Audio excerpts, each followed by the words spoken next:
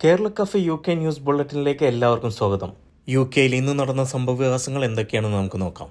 British പ്രധാനമന്ത്രി care സ്റ്റാമറിന്റെ ജനപ്രീതിയിൽ ഇടിവ് തുടരുന്നു. തിരഞ്ഞെടുപ്പിൽ വിജയിച്ചതിന് ശേഷം പ്രധാനമന്ത്രിയുടെ അംഗീകാര റേറ്റിംഗിൽ 45 പോയിന്റ് ഇടിവ് രേഖപ്പെടുത്തിയതായി അഭിപ്രായ വോട്ടെടുപ്പിൽ കണ്ടെത്തി.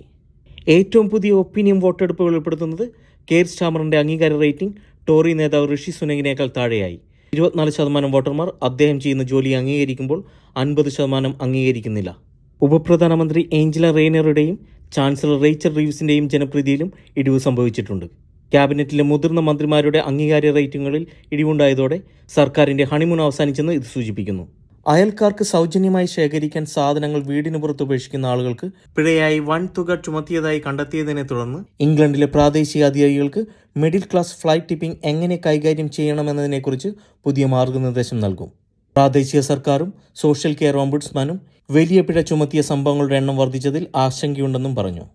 വഴിയാത്രക്കാർക്ക് സൗജന്യമായി വാഗ്ദാനം ചെയ്യുന്ന ഒരു കുറിപ്പോടെ വീട്ടുപകരണങ്ങൾ നടപ്പാതയിൽ ഉപേക്ഷിക്കുന്ന രീതിയെയാണ് മിഡിൽ ക്ലാസ് ഫ്ലൈറ്റ് ടിപ്പിംഗ് എന്ന് പറയുന്നത്.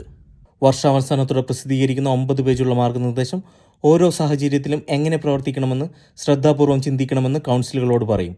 ഉദ്യോഗസ്ഥർ ആദ്യം ഉപദേശം നൽകണം, തുടർന്ന് രേഖാമൂലമുള്ള മുന്നറിയിപ്പ് നൽകണം. അതിനുശേഷം മിതമായ സാമ്പത്തിക പിഴ മാത്രമേ ചുമത്താൻ സാധിക്കൂ എന്നും മാർഗനിർദ്ദേശത്തിൽ പറയുന്നു. 500 മുതൽ 1000 പൗണ്ട് വരെയുള്ള പിഴയാണ് സ്വകാര്യ ലിറ്റർ വാർഡർമാർ ചുമത്തുന്നത്. ലണ്ടനിലെ പ്രധാന റോഡുകൾ ഉപയോഗിക്കുന്ന ഡ്രൈവർമാർക്ക് പിഴ ചുമത്തിയതിൽ നിന്ന് 5 വർഷത്തിനിടെ ട്രാൻസ്പോർട്ട് ഫോർ ലണ്ടൻ വരുമാനത്തിൽ 57% വർധനവ് രേഖപ്പെടുത്തി. PA വാർത്താ ഏജൻസി കണ്ട റിപ്പോർട്ട് പ്രകാരം 2023-24 സാമ്പത്തിക വർഷത്തിൽ ലണ്ടനിലെ റെഡ് റൂട്ട് നെറ്റ്വർക്കിലെ കുറ്റകൃത്യങ്ങൾക്ക് 89.3 മില്യൺ ലഭിച്ചുവെന്ന് കണക്കുകൾ കാണിക്കുന്നു. 2018-19 ഇത് 56.8 മില്യൺ പൗണ്ടായിരുന്നു. കൂടുതൽ സങ്കീർണമായ CCTV ക്യാമറകളുടെ വർദ്ധിച്ച ഉപയോഗവും 2022 ജനുവരിയിൽ TFLന്റെ പെനാൽറ്റി ചാർജ് നോട്ടീസുകൾ 130 പൗണ്ടിൽ നിന്ന് 160 പൗണ്ടായി ഉയർത്താനുള്ള തീരുമാനവും വരുമാനം വർദ്ധിപ്പിക്കുന്നതിനിടയാക്കി. കഴിഞ്ഞ സാമ്പത്തിക വർഷം TFL 138 മില്യൺ പൗണ്ട് പ്രവർത്തന മെച്ചമുണ്ടാക്കിയതായി കരട് വാർഷിക റിപ്പോർട്ട് സൂചിപ്പിക്കുന്നു. കഴിഞ്ഞ വർഷം ഓഗസ്റ്റിൽ പദ്ധതി വിപുലീകരിച്ചതിന് ശേഷം അൾട്രാ ലോ എമിഷൻ സോൺ ചാർജുകൾ അടയ്ക്കാത്തതിന് TFL 322 മില്യൺ പൗണ്ടിൽ കൂടുതൽ പിഴ ചുമത്തിയതായി കഴിഞ്ഞ ആഴ്ച റിപ്പോർട്ട് പുറത്തു വന്നിരുന്നു.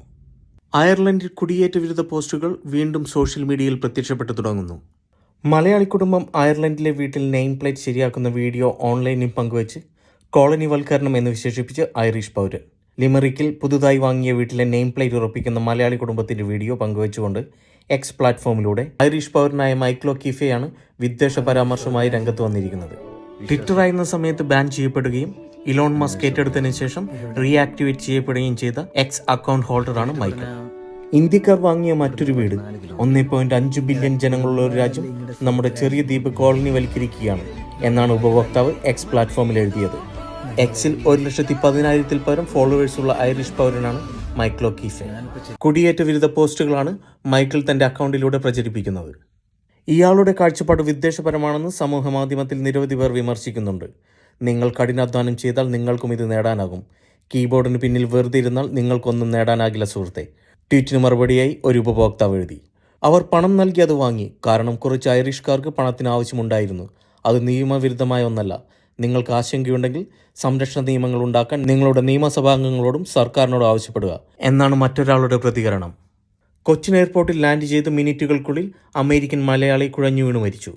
US പൗരത്വമുള്ള പുന്നത്തറ സ്വദേശി ജിമ്മി സൈമൺ വെട്ടുകാട്ടിലാണ് കൊച്ചിൻ എയർപോർട്ടിലെ ഡ്യൂട്ടി ഫ്രീ ഷോപ്പിൽ കുഴഞ്ഞു വീണ് മരിച്ചത്. 63 വയസ്സായിരുന്നു. പുലർച്ചെ എമിറേറ്റ്സ് വിമാനത്തിൽ വന്നിറങ്ങിയ ജിമ്മി സാധനങ്ങൾ വാങ്ങുന്നതിനിടെ കുഴഞ്ഞു വീഴുകയായിരുന്നു. അങ്കമാലിയിലെ സ്വകാര്യ ആശുപത്രിയിലേക്ക് ഉടൻ എത്തിച്ചെങ്കിലും രക്ഷിക്കാനായില്ല. 36 വർഷമായി ഷിക്കാഗോയിൽ താമസിക്കുന്ന ജിമ്മി നാട്ടിലുള്ള അമ്മയെ സന്ദർശിക്കാനാണ് എത്തിയത്. വിസ നിരക്കിൽ വർധനവുമായി ന്യൂസിലൻഡ്. ഒക്ടോബർ 1 മുതലാണ് നിരക്കിൽ വർധനവുണ്ടാവുക. സന്ദർശക visa, student visa, working holiday, work exchange സ്കീമുകൾ, സ്റ്റുഡന്റ് ട്രെയിനിങ് വർക്ക് വിസ എന്നിവയുടെയെല്ലാം നിരക്ക് കൂടും. വിസ ഫീസ് കൂടാതെ international visitor conservation and tourism ലെവിയും വർദ്ധിപ്പിക്കുമെന്ന് ന്യൂസിലൻഡ് സർക്കാർ അറിയിച്ചു. യോഗ്യരായ ഒരാൾക്ക് ഇതുവരെ $35 ആയിരുന്നു നിലവിലെ നിരക്ക്. അതേസമയം ഒക്ടോബർ 1 മുതൽ ഇത് $100 സർക്കാർ വർദ്ധിപ്പിക്കുന്നത്.